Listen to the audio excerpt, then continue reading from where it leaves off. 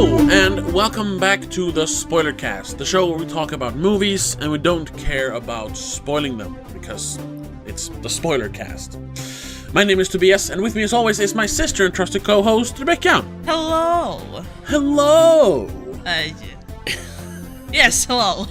And in today's episode, we're talking about a bit of a classic. I mean, it's almost 20 years old at this point, so yeah, I would call this a classic. It's vintage. Yeah, it's the 2005 drama. Yeah, directed by Ang Lee. Romance. Yeah, Brokeback Mountain.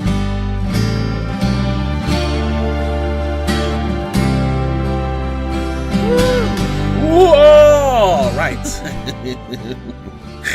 Feels like such a long time since we did this because we recorded the last episode pretty early. So yes. But we were recording this kind of early too. I don't know. We're early for once. We're early, yeah. And why we're doing this is, well, we do want to do some classics sometimes, like we talk about. We usually start off the year. We've only done one classic so far this year, so we're doing another one now. But also here in Sweden, when it comes to cinematic releases, there's like almost nothing in February. That's interesting.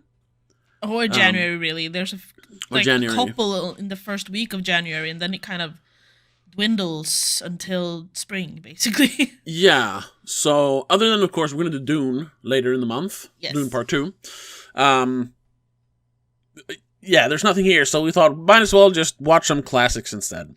And I found out that you have never actually seen Brokeback Mountain. Not properly, no. Properly, yeah.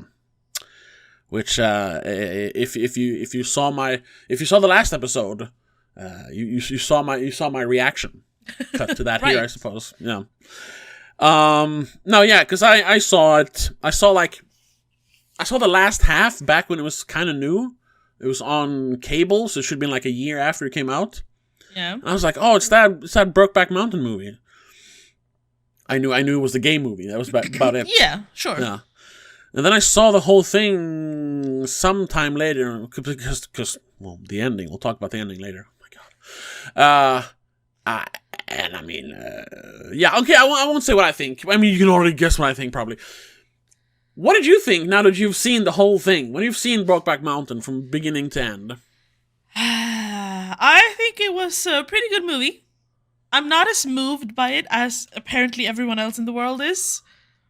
Might be because I didn't watch it in the right mindset, or might be because I watched it 20 years later where the setting isn't as extreme as it was back in the early 2000s, I suppose. The concept isn't as extreme anymore, to me at least. Yeah, but it's a good movie. It's beautiful, both emotionally and visually. But I'm still kind of like, I can agree that it's a good film. Great film, even. But I don't understand everyone crying over it. Okay, yeah. You can use all the fancy words you want. What you're saying is Brokeback Mountain is just okay. Basically, you know what? It's a little bit better. How far into this are we? Like 4 minutes. Fuck you!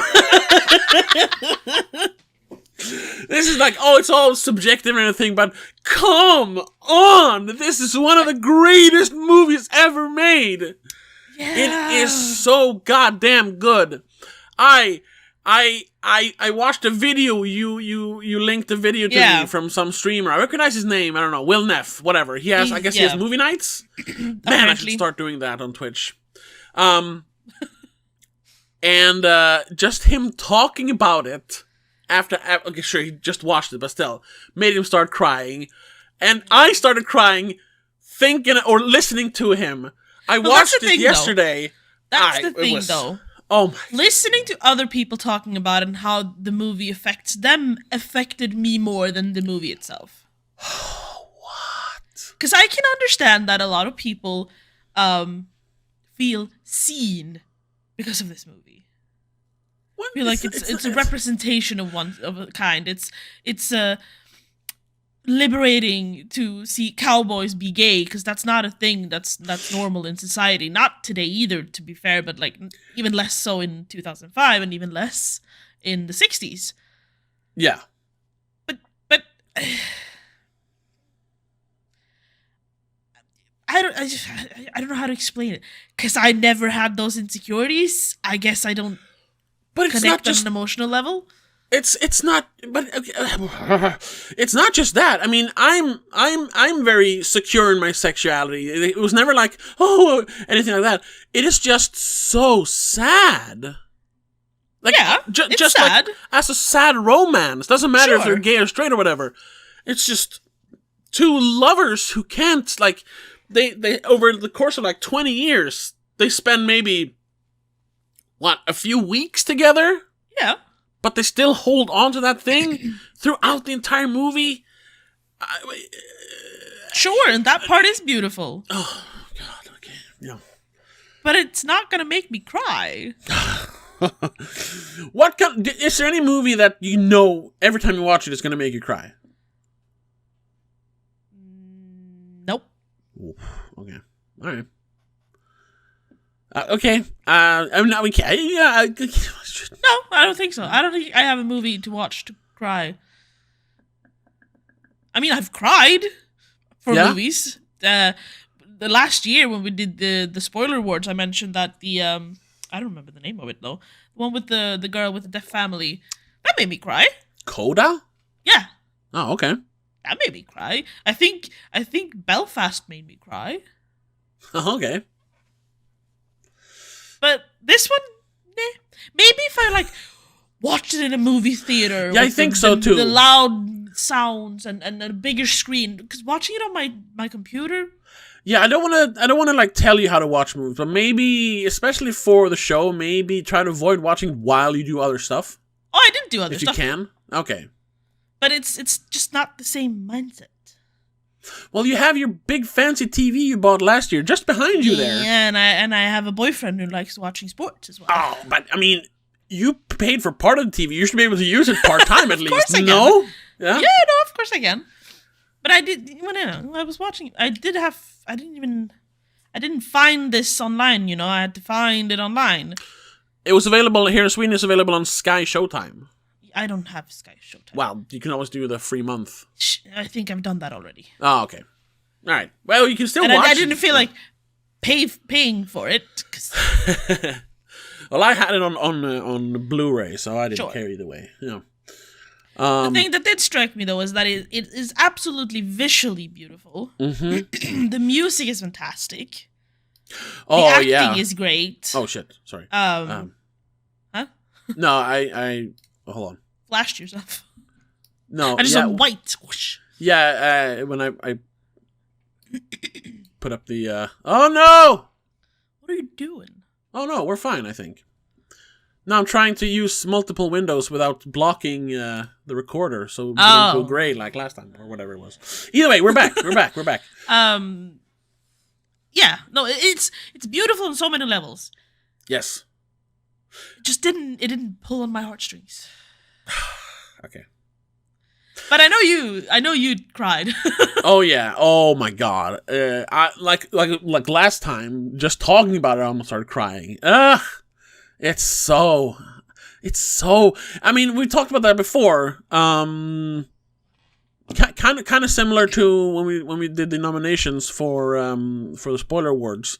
We talked about how The Passenger is kind of a very like one of those like feels like not literally me, but for me it feels like this is a perfect movie for me. Like it has those ingredients. Yeah. And I mentioned that I like movies about stoic men. You know. Yes. And this is very much this, especially Enes Del Mar character. Very stoic, but, hides a lot of emotions. The only thing missing is a big beard. But, can't have everything, I suppose. Yeah, sure. We get a mustache towards the end for Jack. Yeah. Oh my god, that mustache! It's terrible.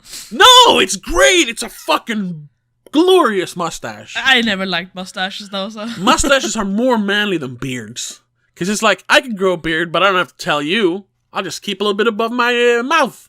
My lip. Just to show you I Snotcatcher. can. Huh? Snotcatcher. Well, not if you I know wipe your that- nose. Sure, but you know what I mean. Anyway, where were we? Yeah, so this, like, you know, these, you know, manly men repressing their emotions to the point where they break down. Oh my god. Sure. Uh, I did have to watch like a handful of shorter video essays and reactions and stuff to like fully understand. Because while watching, it's like, why are they just so mad all the time? well, I didn't connect that society wouldn't allow them to be, even though they outright say it. It's like, yeah, but just walk away from society. Just be somewhere else. well, doesn't work. There was those two elderly guys who had a ranch Sure. when Ennis was young. As soon as someone find out, they're gonna get you. Sure. Because sure. they were not as accepting back then as they are nowadays. No, and I think that's what's mainly throwing me off, because I'm like, yeah, go be gay. I don't care. Yeah, okay, yeah. It doesn't work. I know it doesn't work that way. No, it 'cause doesn't work. It's 60s. You have to think about it in the 60s. Yeah, exactly. I don't know. Okay, well, that's that That's episode. No, there's way more to talk about, obviously. Alright. Tell me what did you think of the first time you watched it? Do you remember that? The first time like I said, I don't remember the first time I watched the whole movie. I remember the first time I watched like the second half of it. Yeah. Like it was on TV. Was that at our grandpa's? Yes, exactly. Because he had the fancy cable package, which we didn't have. Yes. That was coincidentally, I think, the first time I watched the TV show Dexter as well, because it was on another channel. Anyway, that doesn't matter because I never kept watching that show. I don't remember exactly what I remember the thing that affected me most, that because it's like from, I don't remember exactly from where in the movie I watched it, but it's towards the end, you know, when they're really struggling with actually meeting up. Yeah. And the Ennis has divorced his wife. And the one thing that sticks out, because I knew it was like the gay movie, and I knew it was Cowboys.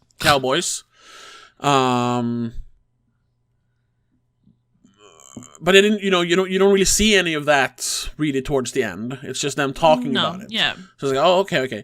And then it's the scene where Ennis gets a postcard from Jack and it says deceased on it. It's like, ugh. Yes. Like, someone just stamped it deceased, which is weird. It's like, oh, just so you know, the person who sent this to you, yeah, he died before you got the... That's weird. Okay. That's basically it. Okay, yeah, that's weird. It's the recipient is deceased. FYI, you can't. This won't be delivered. No, the one who sent it. The recipient is the one that gets it, receives it. Right, receiver is dead. So no. Ennis isn't dead. Jack is dead. Ennis gets the postcard. No, that's Ennis's postcard to Jack. Oh, it was his that he sent back. It came back because Jack's dead. He couldn't receive it. Oh, okay. I misread. I think, okay, at least. I don't know. Unless I misread it. Yeah. Either way. Yeah. That's how he gets told. Yeah. Yeah, and he calls Jack's wife. Yeah. Played by Anne Hathaway, who gets kind of shortchanged in this movie. She's barely in it. I honestly forgot she was in it, even Yeah. though I for some reason thought Maggie Gyllenhaal was in it. But I must have confused this with another. That would have been weird. Yeah, that's why I kept waiting for like, where's the weird relationship where two siblings play a married couple? No. No, they don't. Thank God. Yeah, and the scene where she like very, very, very coldly explains that Jack died Yes. from a blown out tire. Freak accident thing. Yeah, and then we see him being beaten to death. Mm. And then it's basically, him, or Ennis, Ennis talking to his daughter about getting married to Kurt. Yes. And then he folds up her sweater, opens the closet, and sees Jack's and his shirt This is Jack, I swear. That's what I remember. Like. What does he swear though? I'm not entirely sure. Is he mad at him still? No. Of course he's not mad at him. He was never mad at him. I mean, he was mad at him. He wasn't mad at him. Yeah. What he exactly means when he says Jack? I mean, I think it's a little bit up to interpretation. I think. Sure. It's I don't even know exactly what it means. I like the way he said it. For me, it's like, I swear, Jack, you son of a bitch, why did you leave me? Or why would you do something like that? He says it with so much affection. But he doesn't express affection, though. No, that's what's so good. That's what's so good about Heath Ledger in that role. It is so subtle. It is so repressed by decades of repressing his feelings. Yes. Not even just his homosexual, like feelings in general. Yes. He can't express them. He doesn't know how to emote, basically. Yeah, exactly. No, for me it is. I mean, it's. I didn't even know what. I just know it's an expression of love. It's of affection when he says it. Sure. It could be like, I swear I'll get keep your trying, or I'll get to you, or yeah. I think it's too literal to say like, oh Jack, I swear I'll get your ashes up to Brokeback Mountain, or Jack, I swear I'll never forget you. It's too literal. That's why he only says I swear, because it entails so many meanings. Sure. That's really what I remember. Like the movie being very dark, really. From watching. Oh yeah, no, time. It is. It is. Whenever they're separate, it's very boring, really. But it's boring because they're just so unhappy. Yeah, they're in Arrested Development, just waiting to get to meet each other. Meet up again. Yeah. It's the way the movie it's kind of like ups and downs, really. Like clear ups and downs. You have visually when they're separated, everything's grayer and darker and gloomier, and there's no colors. Yeah, they never smile. Everything they do just seems so meh. Especially with Ennis, like he's even visually separated from his family within the same home in certain scenes. Yeah, especially after they first meet up. After when his wife, played by what's her name? Michelle Williams. Michelle Williams, right. Who was, I think, was Heath Ledger's actual girlfriend or even fiancé at that point? Or they met during that movie, maybe? I don't remember. Met during that movie, I think. I'm not entirely sure. Right. Well, obviously they met. Haha. Became a couple. Yeah. And she sees them kissing. Yes. Well, even slightly before that, before she sees them, but in that time, yes. Mm-hmm. And then whenever they're together, they're in this green, luscious mountainside with blue lakes and blue skies, and everything's happy, and they're smiling, and they're talking, they're weirdly wrestling, rolling around on the ground, which is, I'm not sure if it's supposed to be like a metaphor for them having sex, or if it's just them being boys. I'm not entirely sure. They're just guys, They end up hitting each other. That's only in the beginning, though. That's in the beginning when they're still like, oh, hell no, I ain't no queer. Like, half the time when they're, like, physically close to each other, there's some sort of, like, struggle. And this is trying to, like, push him away. Well, yeah, that's because he is still struggling with his emotions. Even when he's all alone out in the open field, no one can see them. Yeah. Even after years of seeing each other. That's the part I don't really get, to be honest. Because the first... I get it, but I don't get it. The first 20 years of his life was all about that. And now he has 10 years of, sporadic moments of showing his emotions. Of course it's going to be tough. And he has to, in between those moments, he has to keep repressing them. And I mean, he's just sad that because he can't be with Jack. Yeah. And I mean, he can't cry in front of his wife or his children. No, they don't understand. No, he can't cry in front of anyone. Exactly. That's when they split up after the first summer on the mountain, and he's like half crying, half throwing up in the alley, and the cowboy walks past him. The fuck are you looking at? Because I was like, did he get a stomach bug? What the fuck is happening? No, he's just. once again, that's the confusion. I think he's partly he's sad that this might be the last time they ever see each other. If anything, because you can't we'll keep in touch on Facebook. No. No, He doesn't even have a phone, Yeah, so that's why they send postcards.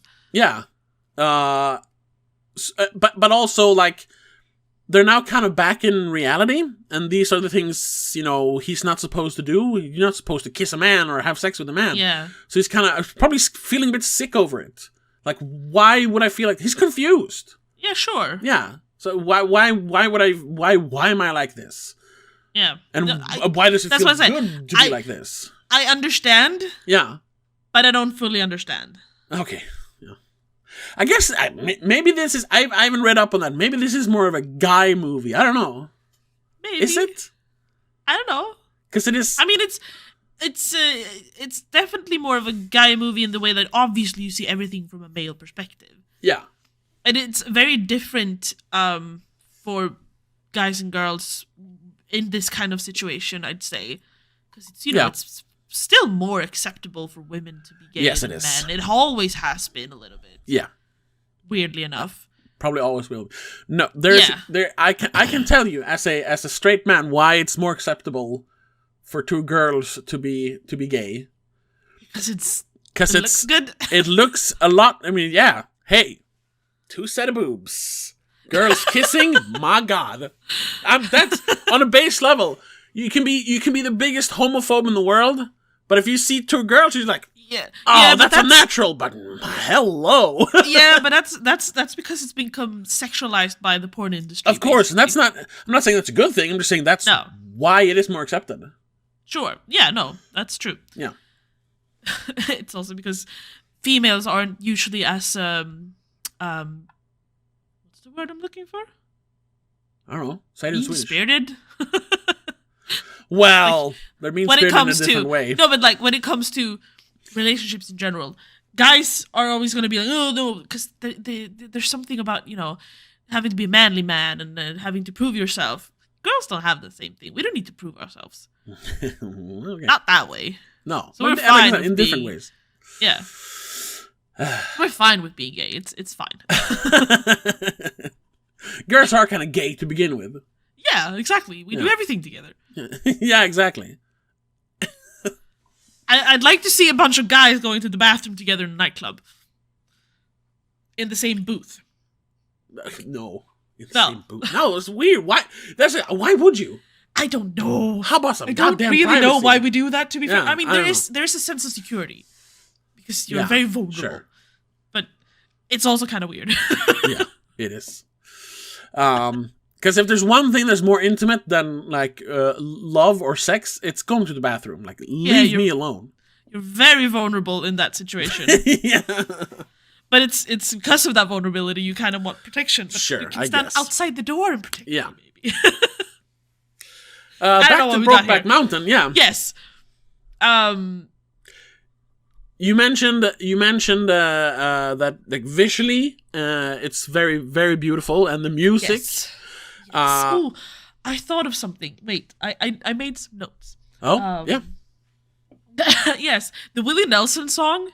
He was a friend of mine.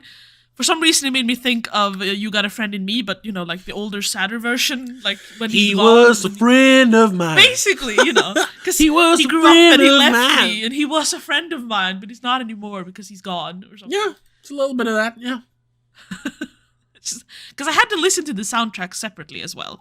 Okay. It was always there in the background, and you could definitely hear it when you watched the movie. Yeah, there is that main theme that keeps playing throughout the movie. Yeah, it's setting the tone for the environment more than the emotions, in my opinion. Yes, definitely. It's very Western, but not not the very Americana. It's not the desert Western. It's just Western horses, ranches, kind of thing. Yeah, very very American folk. Yeah, exactly. It set the tone of the film or the environment more than the making you. This is where you're supposed to cry, or this is where you're supposed to go. Oh my God! Yeah, because I hate those kinds of scores. That's just annoying. Yes. Don't tell me what to feel. Make me feel it instead, I guess. Oh shit! Huh? Wait, didn't Heath Ledger? No, he won for Dark. I thought he won for this movie. No, he was nominated for this movie. Yes. Yeah, he won for the next one, which was Dark Knight. People thought they were snubbed, apparently. Yeah. In general, this movie. Because wait, there was like, was it like Crash or something that won something? Yeah, and Crash. I mean, if you want to talk about the Oscars virtue signaling. It's making Crash win because it's a movie about racism, you guys, and not only that, it's racism in not specifically racism in California, but it takes place in California, which is very close to Hollywood and everything. And have you seen Crash? Not entirely sure if I'm. That could be our Patreon episode for this, actually, just to compare them, because it's the racist movie or anti-racism movie, and then of course you have the gay movie, pro-gay movie, both up for by Paul Haggis, right? I think so, yeah, with Sandra Bullock and Don Cheadle. Yes. And it is so bad. Like, it's not like a terribly made movie, but it's so pandering. It's one of those, hey guys, racism, guess what? It's not okay. And it's super melodramatic, and it's cheesy. On the nose. Yeah, it's terrible. But even back then, even back in the early 2000s, if we don't vote for this, people might think we're racist? So the thing is, because gay movies weren't a big thing before Brokeback Mountain, right? No, like a big thing. No, it wasn't. That was definitely. There's a great YouTube channel if you want to dig deeper into like gayness, gayness in media, homosexuality in media. There's a YouTuber. The channel is called Matt Baum. I think I mentioned him before. Matt Matt Baume, Matt Baum. Yeah, Baum. Who talks about queerness in media, I suppose. So and he has gone through stuff like way back to like the 60s. Like there was homosexuality all the way back then. But yeah, sure. Big mainstream like main characters about it, basically. Not just the weird queer friend here. Like no, exactly. Yeah, this one probably. And so that really broke through to the mainstream. Yes. Yeah. So it was unprecedented, really. Yeah. This movie in general. I mean, in general, you haven't seen cowboys be gay before, probably. Especially that too, yeah. Because that's like the epiphany of male masculinity in general. Yeah. So maybe people were like afraid to make this one the big thing. Like, yeah, we show it, we showcase it, we nominate it. We can't make it win. We have to. The racism thing is still big enough. We need to take that one first. That is still prevalent and has been a big thing for a while now. We're not done with that. Yeah. Homosexuality can come later. One problem at a time. Yeah, definitely. And also like from a post 2020 lens, it's also because two white guys. So yeah, that's true. This probably has to do with it, That is very true. Yeah. Anyway, though that doesn't seem fair, to be honest. No, of course it doesn't. Because nowhere in this movie does color have any mention, even. Like, there's but there's also, because I'm 99% sure there isn't a single black person in this movie. Yeah, not in focus, at least. I don't think there even is one physically on screen. No, probably not. Yeah. I didn't think of it, but yeah. I didn't think of it either, just thinking of it now, like, nope. Maybe one of the crowd scenes, maybe, but I don't think so. Yeah, but again, then they're like out of focus in the background. Kind of thing. Yeah. Either way. Yeah, no, that's true. So yeah, they had to go with the important one. Yeah, the one that isn't also just not trying to like be. This isn't trying to like be activist in some way. It's not trying to like, hey guys, that's true. Being gay that's what is I liked okay. about it. Yeah, no, it's just love story. Happens to be between two guys. Sure, they discuss the whole issue of course, being gay in society and yada yada, but they're not trying to solve it. It's not finger wagging. It's not on the nose. It's just how two individuals handle it instead. Yeah. For themselves and with themselves, not including anyone else, not trying to like riot or whatever. Yeah, and how unfair It is really. That they can't be perceived as normal as well. Yeah. Yeah. I mean, I understand Alma being sad that her husband is gay because she didn't know and she feels abandoned, obviously. Obviously, yeah. She, for the first, 6 years of their marriage or more, she basically lived a lie. Yeah, but can definitely see that. Her being upset and mad about it. Upset, 100%. yes, but she does, like, I don't know exactly, but she points out it's, like, gross, basically, which is like... Well, that's because she's still mad at him. I know, but it's like, but yeah. Yeah, that wouldn't be okay to say today. No. You can't be mad at someone for being gay. They can't help that, really. No. You can be mad at them for lying, though. Yes, definitely. But I think it's... I mean, he still performed most of his husbandly duties. Yeah, that doesn't matter. He just did it to hide the truth. See, I'm not entirely sure about that, though. They still wanted, both him and Jack, they both wanted to have a family. They just wanted to have it together, really. So having it with another woman, or a woman instead, was like as close as they could get to having that... I don't know. Happy family. They obviously would not have been able to have children together. Were they just in denial and like, well, I should get married and have kids, because that's what you do? I think there's maybe both. I think Ennis is more of a should. Or like I want this, and I should want this, so I'm gonna do it with a woman even though I don't want to do it with a woman. While Jack is just like I'll do it to keep up appearances. Yeah. Living a lie.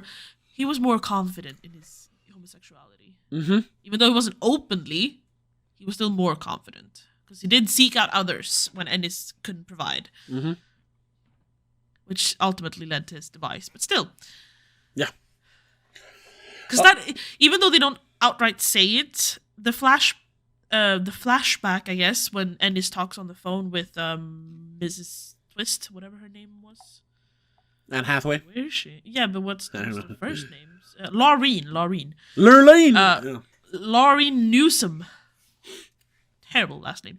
I'm not entirely sure. Like, this is because since she says it's a blown up tire, is that what we see? Is that what actually happened? Like, beat by beat, or is it what Ennis imagines happened? Because that's what he knows. When a gay guy dies, it's usually because he's beaten to death. Yeah. We're not supposed to know literally which one it is. No. It doesn't really matter. For me, and that was something that Will Neff mentioned in this video, I always interpret it as because she says it so like dryly to him. Yeah, matter-of-factly. Yeah, I always interpreted that she found out, and she got some good old boys to take care of him. Oh, yeah, that's probably... At least she knew. Maybe she didn't make them kill him, but she was not going to stop him. She didn't care at the time. That's definitely... Yeah, of course. Like, the way she says it's like, she's lying straight up, and she doesn't care. Yeah. She doesn't seem torn up about it at all. As well. Yeah. Yeah, exactly. She knows that that's his boyfriend, basically. Yeah, because he always talked about Brokeback Mountain. Oh, yeah. Yeah. So you're the guy, huh? I hate that it's called Brokeback Mountain. I know, and that was a joke even back then. That was a joke in, what's it called? Like Scary Movie 4 or something. Yeah, because you Brokeback Mountain 2. Break your back, bitch. Yeah. Yeah. Like, I get it. I don't know why they picked that name. Because it's breaking stereotypes or something. I don't know. Yeah, but literally, because, it does sound like breaking, It could be called Teared Ass Apart Mountain. Yeah. Basically. Hold on, I think we can actually find why is it... I was just going to say, because the mountain is called... By the way, Heath Ledger and Michelle Williams did meet and fall in love on this film set. So their fake marriage in the movie, which was a terrible marriage, led to a good relationship. But they did break up a few years later, unfortunately. They did? Oh. Yeah.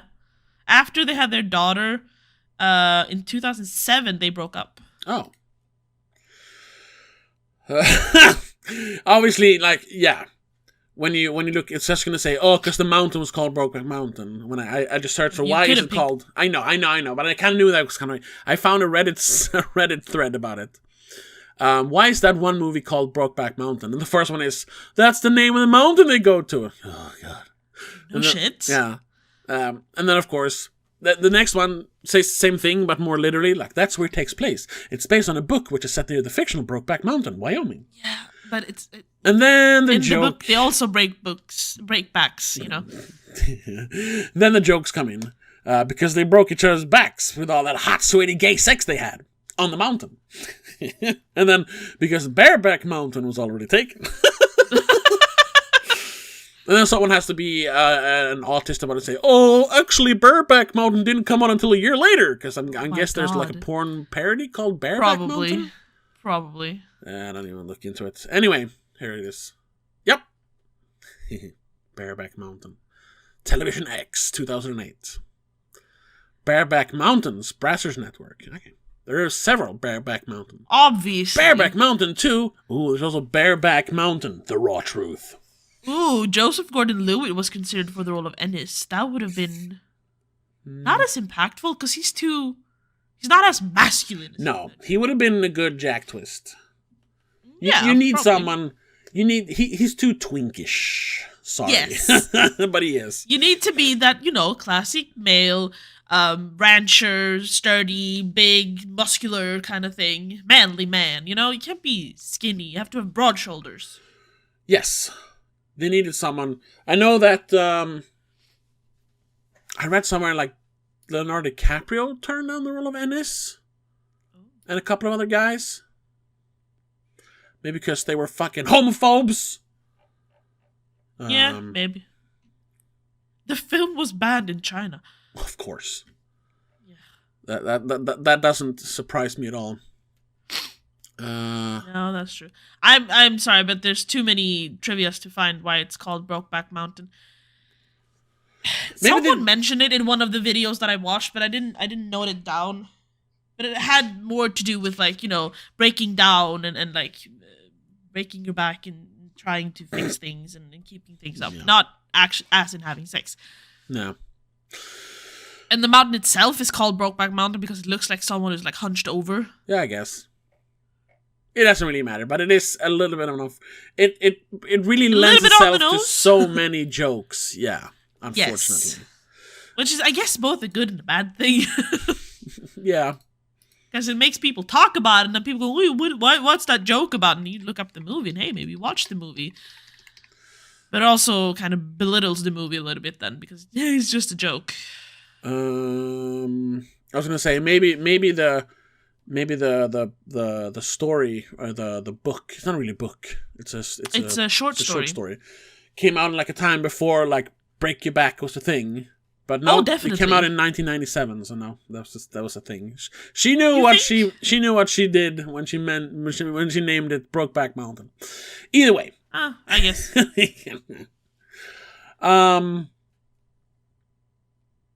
I don't know what else can we really say about it that we haven't really said already. I mean, it's definitely a movie you should watch, obviously. Yeah. That's also a thing. I think this is not forgotten, but I think a lot of people maybe just think of it like I did even back then, it's just that gay movie. No, it's so much more than that. Yeah. It really should be watched by more people. Definitely. It's on a bunch of movies you should watch before you die, 1,000 movies to watch or something lists. And that is, I mean, it has an 87 Metascore. It's really high up there. Yeah. I would consider this a perfect movie. There's nothing you can change about this to make it better. No. The only reason why I didn't give it 5 stars because I'm annoyed by the characters a little bit because I'm stop being a wuss and just get on with it. Express your emotions, dude. But that's the thing. I know. But being someone who does, I don't understand people can't express their emotions. Okay. At least to their lover. I wanted to find. It's got a 4.1 on average on Letterboxd. That's what I was trying to look. Yeah, and an 87 on Meta, 7.7 on IMDb. It's a high-rated movie, so I don't understand why it didn't win, while Crash has like a 66. Because Yeah, it was virtue signaling. Yeah. If this came out today, first of all, it would have starred a black character. Yes, it would. Because then they could have ticked all the boxes. They had to change that. Yeah. Yes, and then it would have been, this is the winner because it's this. Then it would have been virtue signaling. Mm-hmm. Even though the movie itself isn't, like we said, the Academy would make it. But I think unless it was made by a really, really good filmmaker, director, it would have turned into a morality tale and actually, no, finger wag, and it would have been them talking to the camera like, well, like, oh, we can't do this, we can't live together because you know why. And it's like, well, why can't we? Why is it up to those old white men over in the city to tell us what we can and can't do? Like, no. Like, they kind of have that moment, but they phrase it differently. Yes. It's when they're basically breaking up at the lake. Yeah. And Jack Twist says the "I wish I could quit you" line. It's like, I'm gonna say it, or he says I'm gonna say it. We could have had a good life. We could have done this if you just dared, basically. He's not saying fuck the society. He's saying if you personally could have just ignored everything else and focused on me, basically. Oh. That was a good scene. It didn't make me cry, but it made me go, yeah, at least you fuck up. Just get on with it. Just do it. You want to. You know you do. And he does. Of course he wants to, but he's afraid. What if they get found out? Yeah, found out.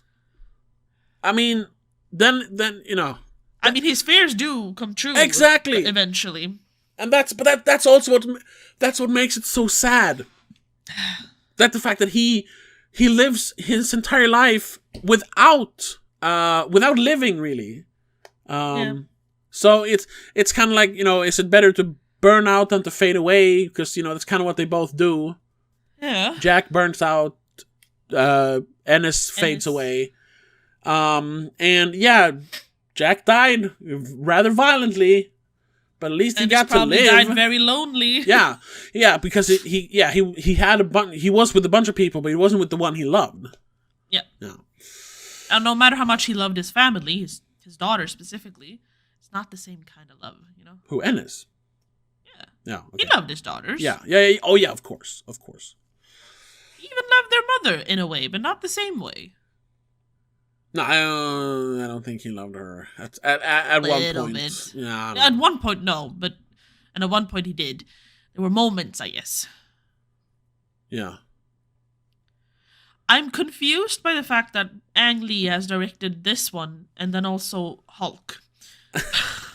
And then also Life of Pi, and then Gemini Man, which I never watched, but it looks very different. Yeah, that's because he is, I don't know, he's a Renaissance man. He wants to try to do everything. I mean, he directed Ice Storm here in America, which was also like a big, drama movie. And then directed Sense and Sensibility? Yeah. I think so. Förnuft och, vad heter den? What's it called? Förnuft och fördom. Yeah, exactly. That one. Yeah. With Emma Thompson and Kate Winslet. Rose, exactly, the Rose lady from Titanic. Kate Winslet. Rose lady. Yeah, so I mean that's what he was like known for, like dramas in the 90s. And then he was like, well, I'm gonna revive the martial arts movie, the classic like Chinese style martial arts movie from the 70s and 60s. And he made Crouching Tiger, Hidden Dragon. Yeah. But then it was like, but now I've done that. Like, he didn't want to be like, he didn't. That's what got him like famous. He was famous before, but he got big famous with that one. And it was like, but that's not who I am. Maybe like, hey, I'm the Asian guy. I don't want to do Asian karate movies. Like, I don't want to be pigeonholed. So he went back to doing American dramas, better than many American directors. And like we said, yeah, he continued making dramas. Like he said, Life of Pi, even though that's a very like adventure drama, basically. Sure. And he made that. It's very different from Sense and Sensibility and Brokeback Mountain, but it's still a drama. What is that movie? Billy Lynn's Long Half-Time Walk or something? Which I never saw. Yeah, Billy Lynn's Long Half-Time Walk. Literally. Yeah, okay. Okay.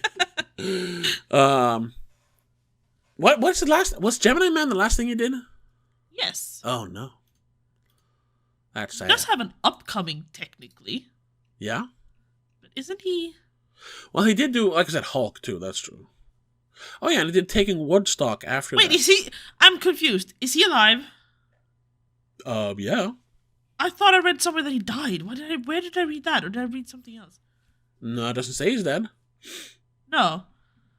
He's got a in development movie called Thriller in Manila. Which I recognize that from Thriller in Manila. Yeah. That's isn't that like a boxing thing? Yeah. Or am I thinking of? Oh yeah, it is. Muhammad Ali and Joe Frazier. Yeah. Is that the sequel to Rumble in the Jungle? I don't know. Maybe. I don't know. Thriller in Manila was the third and final boxing match between Muhammad Ali and Joe Frazier in 1975 for the heavyweight championship of the world at the Philippine Coliseum in Cubao, Quezon City, Philippines. Apparently he's making a biography movie with Peter Morgan, whoever that is. Yeah. Oh, he made Ride with the Devil. Oh, okay. I didn't know that. Ang Lee? Mm-hmm. I need to watch more of Ang Lee's movies. Yeah, we've mentioned this before. I haven't seen he hasn't. Tiger, Hidden Dragon properly. Oh, you haven't? Not properly. I've seen bits and pieces. Never finished it. So I'm... How far in this episode are we? 45 minutes. I'm debating, arguing with you about what we watch for the Patreon episode on this. Yeah, either we watch like Crouching Tiger, Hidden Dragon to watch more Ang Lee movies, or we watch like Call Me by Your Name to watch another gay movie. You haven't seen Call Me by Your Name? No, I haven't even tried. To be fair, I've seen clips of it on YouTube, but I haven't tried. I didn't get it. That was like super celebrated. I remember. I know. Me and our mom went and saw it because it got some good reviews. It's good. I don't think it's that good, but it's good. You said some other movie earlier that we were supposed to... Oh, Crash. Yeah. Compare them. Yeah. Yeah. I don't know which one we're doing. I don't know. We'll see. But he hasn't made that many movies. No. He works on quality over quantity, I guess. Though I have heard very terrible things about Gemini Man. Yes. So I'm guessing his first long... Oh, Lord. It has a 38 Metascore. Which one? Christ. Gemini Man. Gemini Man.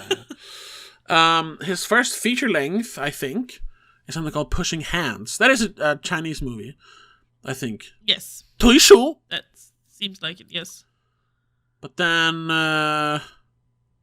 after that, it's something called The Wedding something? Wedding Banquet? Oh, it's also a Chinese movie. Qiyang. I don't know if I'm pronouncing that correctly. But it's drama, I think. It's drama, yes. It's a gay landlord and a female tenant that agrees to a marriage of convenience. Oh, more gay stuff. Yeah. And then Eat, Drink, Man, Woman. Oh, I've actually heard of that one, but I haven't seen it. I didn't know that was him. Jin Shinanu. I don't know if that's correct pronunciation. Why do you keep saying them in Chinese? Because it's funny. But then, Sense and Sensibility, The Ice Storm, Ride with the Devil, I had no idea. And then Crouching Tiger, Hidden Dragon. Then a short. Ride with the Devil is a Western movie, which looks weird. Then Hulk, after Crouching Tiger, Hidden Dragon. And then Bareback Mountain. Higher. No, I did it. I said Bareback Mountain. Brokeback Mountain. Lost Caution. Taking Woodstock. Oh, I mean, another one I didn't watch because people said it wasn't that good. And then Life of Pi. Billy Lynn's Long Half-Time Walk. And then Gemini Man. That's it. And a bunch of shorts. Yeah. And Thriller in Manila. But, I mean, he does... Even though I haven't seen basically any of his movies, I didn't see Life of Pi either, to be fair. Or to be honest. What? No, we saw it in cinema. I didn't go with you. Are you sure? I am 100% sure I have not seen Life of Pi. That was one of our family movies we watched. No, I didn't go with you. Or if I did, serious? I have 100% blocked that movie out of my mind. All I know is there's a boy and a tiger in a boat. I don't know why he's called Pi. And it bothers me because I just keep thinking about the number. Yeah, it's It feels like it's supposed to have something to do with the number, but I don't know. No. Why is he called Pi? In the movie, it is because his father and mother, I don't remember, is like an avid swimmer. Like they're like a professional swimmer, like an athlete, I think, or something like that. And they name their son Piscine, which is like fish or something in French, right? Yeah. Fish. But of course, all the kids in the school, because he lives in like an English-speaking part of India, they say, "Oh, piscine." No, it's pissing. Haha, pissing. Oh, they call him pissing. Funny. Haha. So he shortened his name to Pi. Okay. I think it has something because he finds out about the number pi in school. So like, I can take that instead because it's the first two letters of my name. Matches. Yeah. So something, but the movie has nothing to do with. But it has nothing to do with the rest of the movie. No, it's just the life of the man Pi. But it takes place on a boat with the tiger. Yeah. Is the tiger actually there? You're gonna have to watch it to find out. No, there's no actual tiger there. It's CGI, but. No, but yeah, I know that part. I don't expect them to put a young man and a tiger on a little boat in the middle of nowhere and go, "Hey, I'm gonna film you from a distance. Have fun." Yeah. Try and act. That was one of those movies. Asking the tiger to act. Yeah, it came out in the height of 3D movies, the renaissance of 3D movies. Yes. And it's one of those movies that actually utilized the technology correctly. Isn't there like fishes jumping out of the water that like literally jump off the screen? Mm-hmm. Yeah, because they change the aspect ratio a bunch. Yeah. They go from like IMAX to regulars, whatever it's called, 16:9. Like with the Wizard of Oz movie. Sort of, yeah. Came out. Yeah. But it actually like in scenes you can actually see the bars like disappear, stuff like that. And then for one of the scenes where the flying fish, whatever they're called, they're racing with the fish. They have the 16:9, and they actually put like the fish jumping outside of the letter boxes. Yeah. So in 3D looks like it's actually outside of the screen. Yeah. Yeah. Perfect. Same way the Oz movie did. Yeah, exactly. It's a good movie. See, more movies I need to watch. I don't know if that is one you actually have to watch, but it is a good movie. I should watch it, not for anything specific, just watch it. Oh yeah, sure. Kind of thing. Yeah. Anyway, maybe we can leave it up to the audience. What would you? No, that's gonna take too long to get to. Yeah, because we need to record that. I mean, if you wish that we watch something that we don't end up watching, then you can always tell us on Patreon if you become one. Yeah. That was a very weird way of saying that. Yeah. You know what I mean. If you're a patron of us on patreon.com/don'tmakeascene, you can always request movies you want us to talk about, either in a free episode or a patron episode. That's what you want to say, yeah. Oh, my lord. In a very convoluted, weird way. Well, I think we can wrap it up here, because now we're just talking about other stuff. This was a pretty bad discussion of Brokeback Mountain. Okay, I can tell you this. From all the clips and videos I watched on it, everyone seems to, like, you need to overanalyze this movie to enjoy it kind of thing. And I feel like that's exaggerated. You don't need to watch this 2-hour-long movie and try to analyze every single frame of, like, the choice of putting, like, when he crouches over after leaving Jack for the first time, and he's enclosed by 2 walls because he's hiding in a hallway? No, that's not the alleyway. Alleyway. And it's supposed to like symbolize the oppression of society and his own narrow-mindedness. No. Like, sure. But, that could be, but I feel like that's overanalyzing it. That is overanalyzing it. And this movie... juxtaposition between the colorful mountainside and the dreary city, obviously, yes, that is to represent their own happiness or their own mood set. But going deeper, You don't have to. seems- This movie No, is it not seems trying. It's unnecessary. not trying to hide its intentions at all. no. It's not very trying to like. right there. Oh, I really want the audience to think. No, or at least not about those things. Just to think about other things. But, no. This is a very straightforward movie, which I also enjoy. Straight. Oh Lord. Yeah. I had to. It's very straightforward. Yeah. No. It is, I just think it's so Beautiful piece of cinema. beautiful. It's so sad. It's so good. I don't know, man. I'll put it in the back of my head. I'll rewatch it sometime when I'm like, I don't know, in a better mindset or something. Yeah, I think so. Cause like I said, this is up there. This is one of the best movies that's ever been made. So good. Let's leave it at that. Yeah. And no, you know what? Let's talk about it. Let's talk a little bit more about it. Let's talk about what's obviously the best part of the movie also. Let's talk about Heath Ledger. God Yes. damn. We recently talked about him in 10 Things I Hate About You. Which it was like 6 years in between, but he didn't do much in between, right? Did like He had like smaller roles. No, he did a bunch of stuff in between. Because he kind of blew up with 10 Things I Hate About You. Fair. So he did a bunch of stuff, but yeah, but none of those movies became like big things, No. right?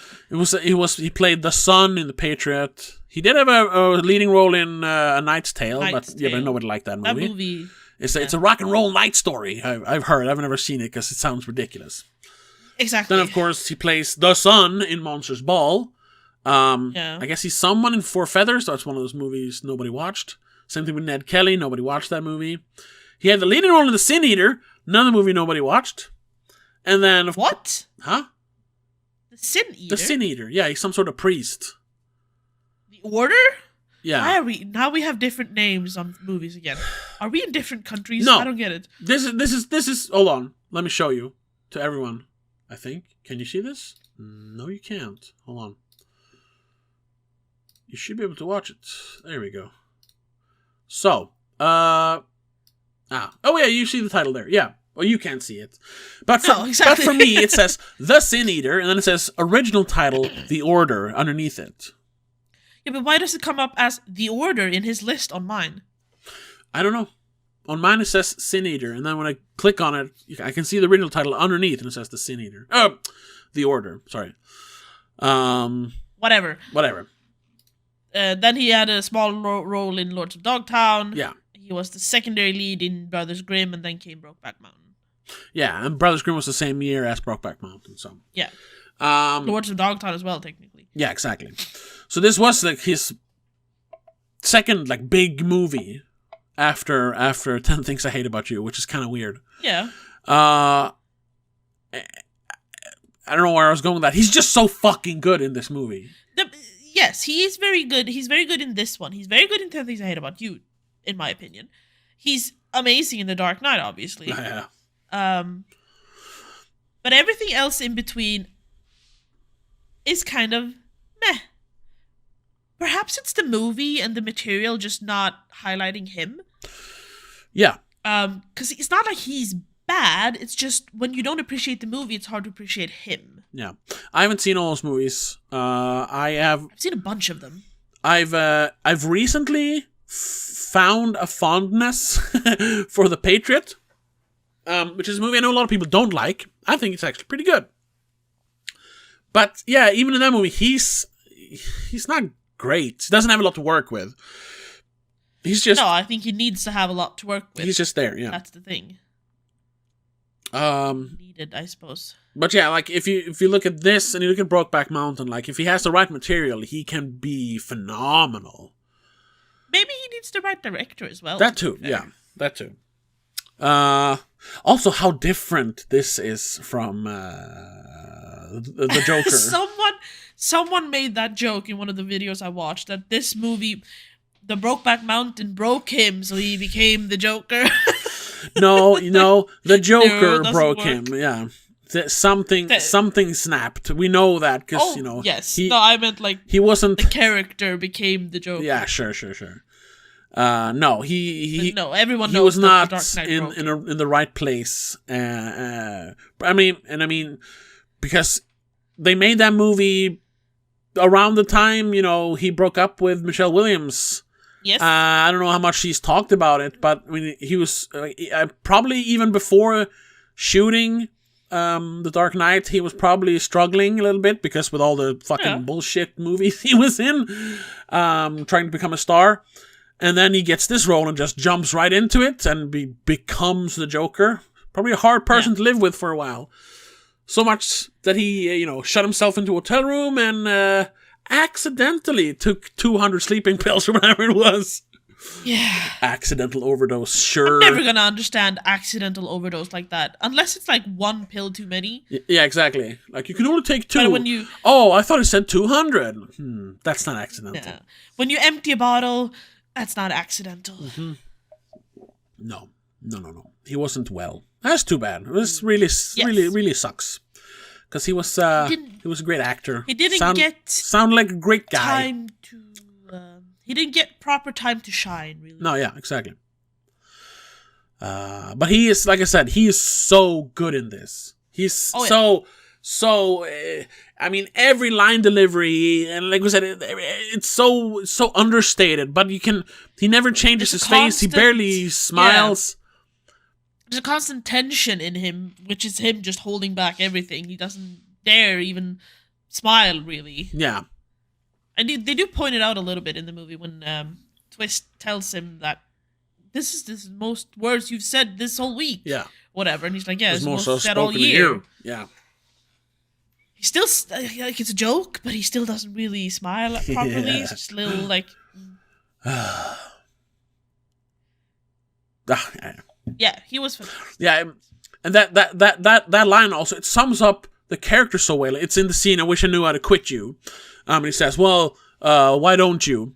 Why don't you just let me be? Yeah, it's because of you, Jack, that I'm like this. I'm nothing. I'm nowhere. Because if you hadn't met him, he would have been, fine just denying his feelings. Like, whatever. He might have not even, like, understood that was exactly what he was feeling. He would have just known that I'm not happy, but I don't know why. So, you have a fly? There's a damn fly in here. And it's circling my head. Sorry. Leave the fly alone. Yeah. Fly right. Well, not in my apartment. Anyway. Yeah. So it is Jack's fault that he understands that he could be happier. Because if you don't know that you can be happier, you don't wish to be happier, you know? Mm-hmm. Yeah. You can't miss what you don't know. Exactly. Jack opened up a whole new world to him, and it just ruined him forever. Then he goes and dies, and I swear, Jack. Oh my god. Jack, I swear. I mean, I still hear this, you son of a bitch. Fuck you for leaving me. I don't understand how you could not cry. Or like, because I was watching this before I went to work, because I started a little later in the day, so I watched this in the morning yesterday. And towards the end, it was just before I was about to leave. So I had paused to like shower and stuff, and then I'm going to watch the last half hour before I leave. Okay. So I was kind of walking around towards the end, like putting on my socks, getting my stuff ready. But then for that last scene, when his daughter comes by, I just sat down on the edge of my bed. It's like, and I watched it. And I just could feel myself like, just sinking down before the ending, and then just, no, Jack, I swear, because it's so sad. It's so sad, but it's also so beautiful. The fact that they had that, even if they didn't meet each other more than a few times, they still had that strong of a connection. That's so beautiful. To be that in love. Oh my god. Must be great, but also painful. Yeah, exactly. That was... I wrote my review on Letterboxd on the train ride to work after that. And I wrote I saw that. Something like that. What was it? You wrote love is a vicious beast. Well, you wrote best, but you mean beast. Yeah, that will tear you apart. That will tear you apart if it gets its claws on you. That is at least my experience with love. That is why I always gravitate towards sad or bittersweet love stories. And there is none more sad and beautiful than Brokeback Mountain. Yeah. Damn. Admit it, you just want to have your own cowboy love story. Well, I can't. Because you're not gay. I'm not gay. Believe me, I've tried. I ain't not gay at all. Unfortunately. So yeah, I can't have my own gay cowboy love story. You have to meet a cowgirl, I guess. Yeah. Anne Hathaway instead. But that's the thing. Then you can't do guy stuff with a girl. You know what I mean? You can't fake fight and run around and like drink beer and smoke and like, hey y'all! You can't do that. But do you have to do that with the person you make love with? No, of course not. Like, can it not be like two separate people? Of course it can be. I know. That's why that's why people who say that like their wife or their boyfriend or girlfriend or whatever, but they're my partner and my best friend. It's like, no. It shouldn't be. They can be your best friend, but you can have more than one best friend. Then. Sure. What I like that damn fly in my mouth. Anyway, sorry. I think it was something else. I don't know. The fly's telling you to quit. Yeah. Stop talking. Yeah, no. There's a difference between there's a difference between that kind of relationship. Yeah, platonic kind of love definitely. And whatever you want to call it. Not sexual love. That's just one part of it. Romantic love. Yeah, exactly. Platonic and romantic love. And to have both with one person can be difficult. Yes. It feels limiting somehow. Yeah. So yeah, you need... Which maybe is why the relationship couldn't work in the first place, because it would have limited them. But I think... because I was kidding. But it works because you're two guys, but they like guys, so... I don't know. You're always going to have that relationship, like, bickering and stuff, and you don't have that with a best friend that you wrestle with on mountain hills. Exactly. But that's also... your fishing buddy. That's also, though...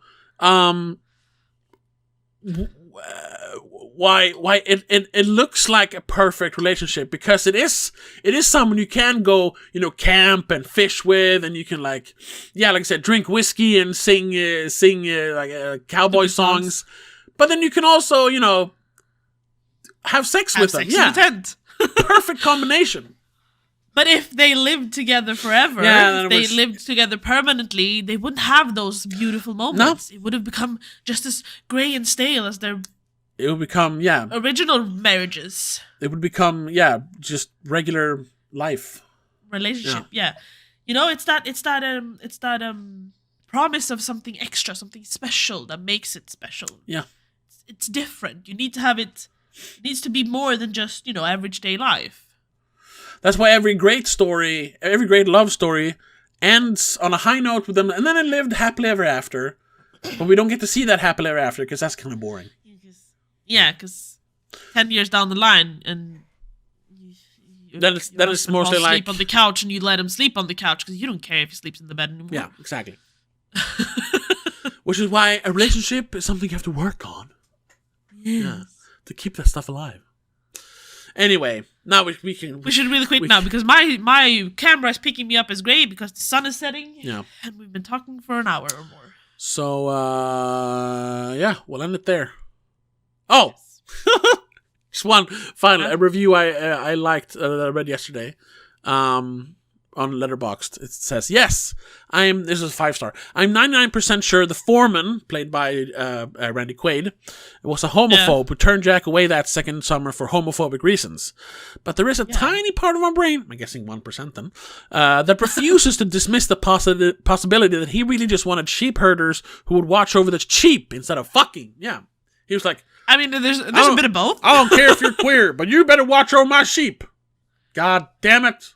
Though, I mean, obviously, even if they had watched over the sheep, no, my camera's not even focusing.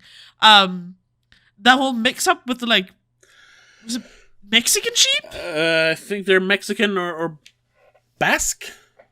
Because it says whatever, there's some Basque the people other there. group of sheeps that they mixed themselves up with, that would have happened anyways. Well, it happens when died? they're both in the camp tent. I'm just saying. Sure, but I'm assuming it would have happened a little bit anyways. Sure.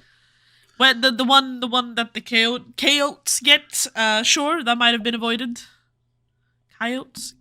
Coyotes. But yeah, coyotes, you can say. Coyotes. Coyotes. Yeah, sure. But anyway, that's it. So, That's it. Sorry for this lackluster review of Brokeback Mountain. We'll do... It's not a review, though. It's a discussion. It is a discussion, yeah. But we'll do better next time when we talk about something. Depends on the movie. Dream Scenario has come out here, Possibly. though. So we might watch that. Might do that next week. I don't know, though. But there'll be an episode on Patreon in between that. Exactly. So if you want even more Spoilercast, check us out on patreon.com/don'tmakeascene. $3 a month, and you get literally hundreds of hours of exclusive content. So check it out. Other than that, like, comment, subscribe here on YouTube. Give us a 5-star or a thumbs up or whatever on every other platform, and we'll see you in the next episode. But until then, have a good one. Bye. Bye. The Spoilercast is part of Please Don't Make a Scene. It is produced and directed by Tobias Vedén and hosted by Tobias and Rebecca Vedén. Executive producer is Annika Vedén. I also want to give a huge shout out to all our patrons over on patreon.com/don'tmakeascene. Mom, Dad, Christopher Belén, Daniel Del Gaiso, Mac and Mom, Laura Kinney, and CK85.